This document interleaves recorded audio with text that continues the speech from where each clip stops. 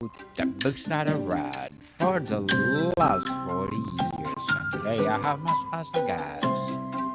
He is the author of the book All Hands on Deck, no other than Mr. Peter J. Boney.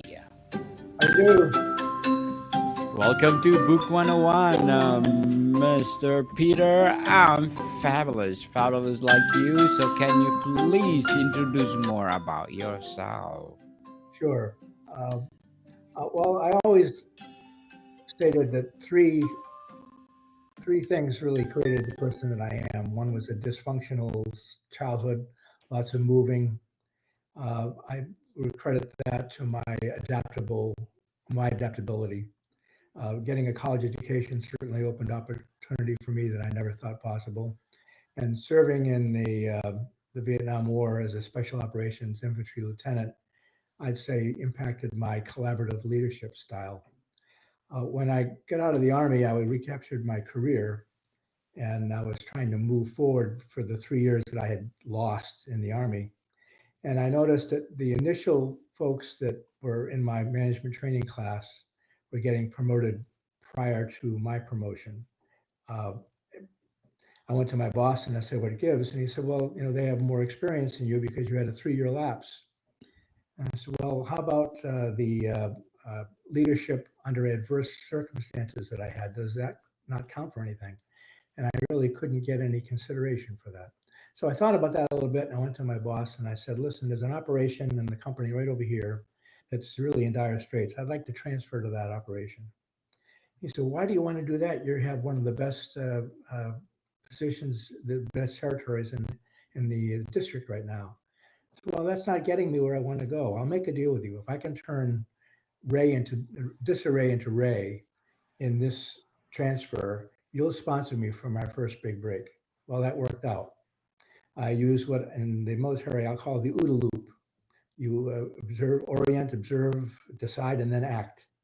And in a short period of time, I made my impact and got my first big break. And after that, I thought to myself, that might be a formula for me to advance myself faster. And sure enough, that worked out. I went from a troubled situation to a troubled product line to a troubled sales management situation to a troubled division. And then within 8 years, I was a VP of a Fortune 500 company. It took me another couple of years to figure out that for me, that was a lousy job. I was successful in a box, but I wanted the color outside of the lines. And I thought to myself, well, can I be a CEO? And I used my formula for getting into situations that had a little bit of hair on it. And I had refined my process of combing that hair. In my first situation in 1982, I was a 36-year-old CEO of a troubled technology company, a telecommunications company. And there was a guy that wrote a book called What They Didn't Teach You at Harvard Business School. And I read that book, and it had three sections to it. And if you did those three sections, you could advance your career. And I thought, well, that's an interesting book, but there's a fourth section entirely missing from that. That's going into a situation that has a little bit of hair on it and working a formula to improve the operation. And this guy wasn't even a Harvard graduate, and he wasn't even a businessman. He was trained in Yale, and he was a lawyer. But he had his own business for sports figures. He was an agent for sports figures. So on that note, I thought, well, someday I'm going to write that book. And lo and behold, 30 years later, after I retired, I wrote that book. Well, Mr. Peter J. Boney, thank you so much for sharing your book to the world. So, Mr. Peter, how do you define a crisis in an organizational context? Well, there's three primary reasons for an organization going awry. One can be financial, one can be leadership, and one can be called identity. You're trying to do too many things, not being crisp at whatever you decide you wanted to do, doing too many things. Certainly. And Can you share a personal experience when you successfully led a team through crisis? Well, I've had half a dozen companies that I've led as a CEO, and each one of them had their own issues. And I'd say I was successful in each one of those to a varying degree.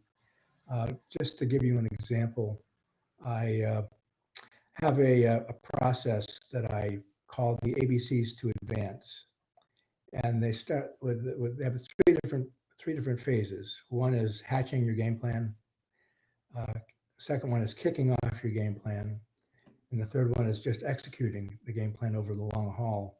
And each of those phases have four steps, and they begin with the letters A, B, C, and S, hence the ABCs to advance. Uh, Getting into a situation, asking questions and listening when you're in the game plan of hatching your game plan, and asking for help while you're at it. Uh, B, build on your strengths that you find, do a SWOT analysis, uh, strengths, weaknesses, opportunities, and threats. C, uh, challenge the sacred cows, challenge the status quo. They're oftentimes the impediments to advancing. And then we get a game plan together. S, share your vision and create a collective energy with it because you can't execute yourself. So going into a situation that was, let's say, a company called SureBridge, uh, I went through my A, B, C, and S in the kickoff phase and came up with a game plan that was accepted by all because they contributed to it. It was 5 parts: focus uh, on a specific market segment, gain new channels of distribution, add new sales to existing customers, expand through acquisition, and that really worked out. The company went from under $20 million to over $70 million over a 2-year period of time, then got acquired for a real premium. So that was a successful venture, as an example. So, Mr. Peter, what are some of the early warning signs that an organization is heading toward a crisis? Uh, Financial leadership and identity, trying to do too many things, large turnover base, turnover of help, turnover of talent, uh, absent cash on the balance sheet, heading to a financial crisis, loss of market share, So, and Mr. a board Peter, of directors that's dysfunctional. certainly. Totally agree, Mr. Peter. Why is it important to engage the entire team, all hands on deck? What I learned in combat is to run fast, maybe you run alone, but to go far, you need to go together. And Yes. collective wisdom and a diverse group of skills, all focused in on the same mission, will more than likely breed success in your mission and get people out alive. Totally alive. So, what are the most common mistakes leaders make when facing a crisis? Believing they can do everything themselves, uh, being inward instead of outward. My always my first step is asking for help, ask questions and listen. In the second phase of this, kicking off the game plan, uh, act boldly in the execution of the plan. I found that anytime I'm tentative, I get hurt. Uh, Borrow from alliances and partners. Don't try to do everything yourself.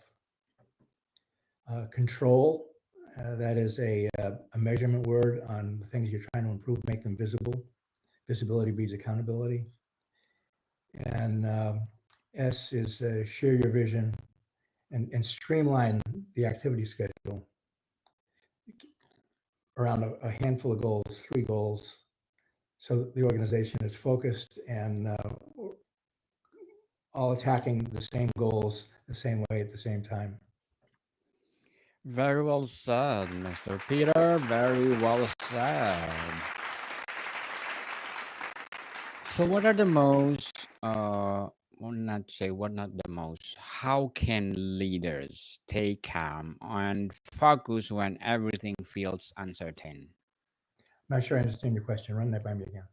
How can leaders stay calm and focus when everything feels uncertain? Um, in the execution phase, the third phase of my ABCs to advance, I talk about A, asserting yourself at the focal point. Don't let the noise around you weigh you down. I'm a sailor, and I've learned that when you're in a stormy sea, you never get faced to the waves, to the heavy sea from the side. They're gonna weigh you down. So focus in on the area, the focal point. Assert yourself at that focal point. Uh, B, again, borrowing from alliances and partners. C, communicating, actually over communicating with your organization. This is where we are. This is where we're going. This is where we stand on getting there. These are the obstacles that we're facing. This is what we need to do in order to get back on track. So, over communicating is certainly uh, a key. And lastly, spreading the rewards of wealth and recognition when things go your way. Mr. Peter, how do you identify the root causes of organizational stagnation? When I get into a situation, once again, I simply ask questions and listen and observe. And every situation is different, but you'll ask and then you'll gain insight. So, how can leaders foster resilience and adaptability in their teams? Sharing the vision creates a collective energy. I'm going back to the fundamentals here. And Mr. Peter, what would be your advice for those people out there want to be leader in their organization? The ABCs to advance is applicable to anyone in the totem pole. Uh, if you're an individual contributor and you want to go up to first line supervisor, you can use those principles. If you're a first line supervisor and want to go to middle management, you can use those principles. If you are in middle management and you want to get to executive ranks, you can use those principles. If you are the top exec and you want to stay there or advance to a larger organization, you can use those principles. If you're on the board of directors, you can use those principles.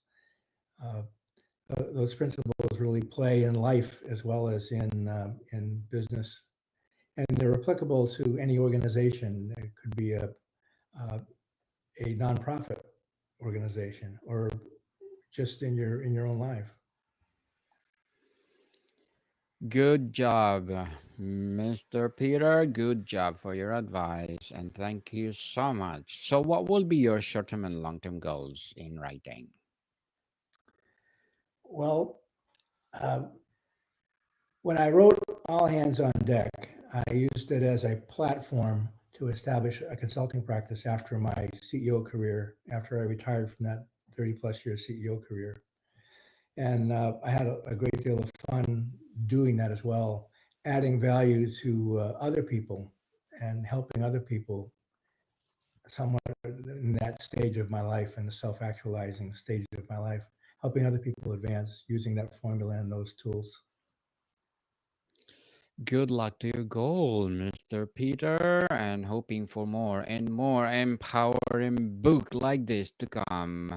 So, what separates leaders who thrive in crisis from those who fold under pressure? Once again, you just can't do things alone. To run fast, run alone. If you want to go far, go together. Organizations that succeed have three things in common. I have found they share a passion for the mission. They have a focused game plan to execute, to realize the, uh, the passion. And three, they have really good people around them to bond together and execute that focused game plan. So passion, focus, and people. Definitely. So, Mr. Peter, in all hands on deck, what is the one mindset shift you believe every leader must adopt times of uncertainty or uncertainty? Uh, you just cannot do it alone. You need a good team of people around you.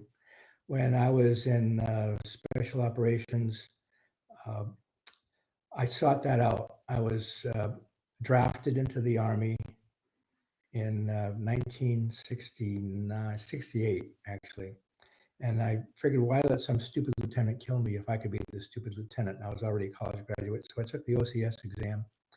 And in OCS, reading the casualty rates that were alarmingly high in combat for infantry lieutenants, I found that the special operations had a statistically meaningfully lower casualty rate. Now, that was counterintuitive. And this was not a situation where you could just volunteer. You had to apply, get tested, qualify, and go through some rigorous training. And what I learned is it's no wonder the casualty rates were significantly lower, statistically meaningfully lower. Uh, you had troops better than the average bear, highly motivated and really well trained. You had commanders that were very competent, and the combination of really good people and competence combined with missions that were very scalpel-like, not sledgehammer-like. So there were fewer friendly fire incidences and less collateral damage. So when I got out of the service, one thing that I learned to do was really keep good people in my foxhole. And if I couldn't train them to be really good, I had no room for them. I had to leave that foxhole. So really keep good people in your foxhole and reward them and retain them. Yes, indeed. So, Mr. Peter, how can leaders foster resilience and adaptability in their teams? Well, once again, it's a can-do attitude. Uh, when you encounter difficulty, always fess up to the difficulty and face the situation head on and acknowledge the issues and look for collective wisdom to get you out.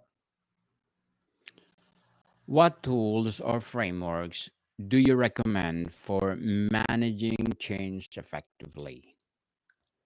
Once again, uh, facing the situation and going from there. Uh, you can't shoot the messenger when something goes awry. You need to embrace what's gone awry and work together to figure out a solution.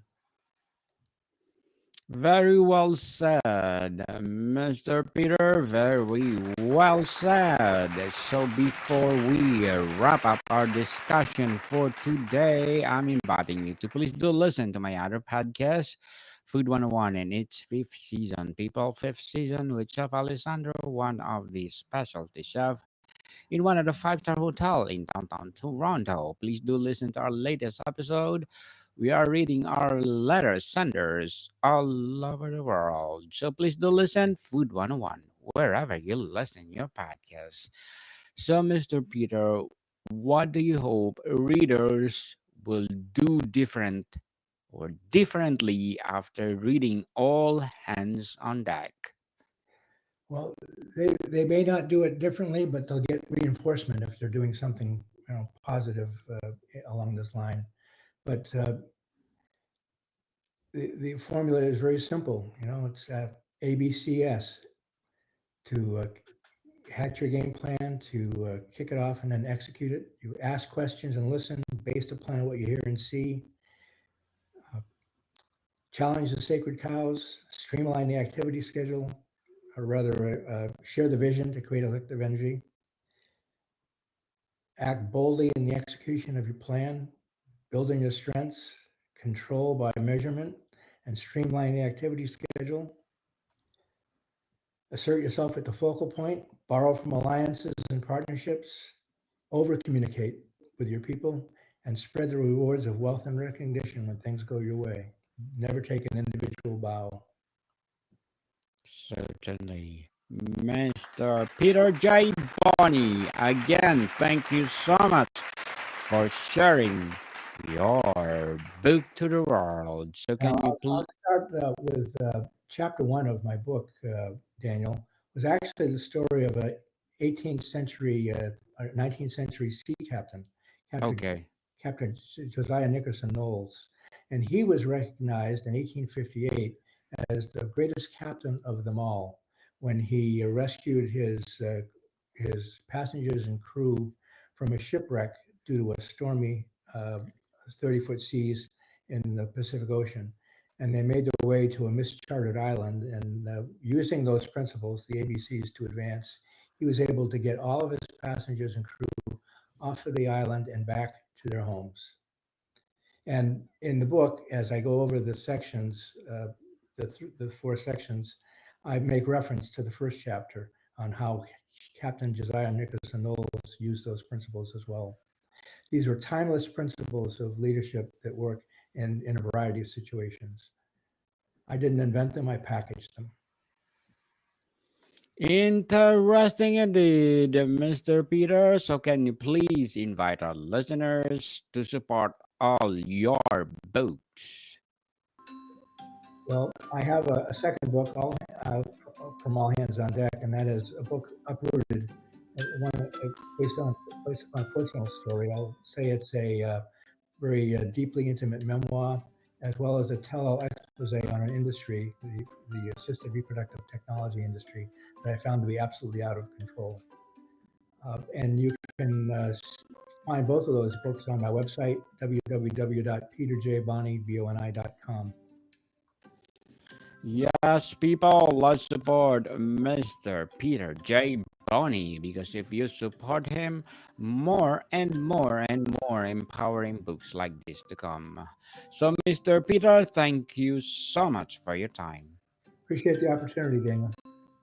Monica, people, see you soon.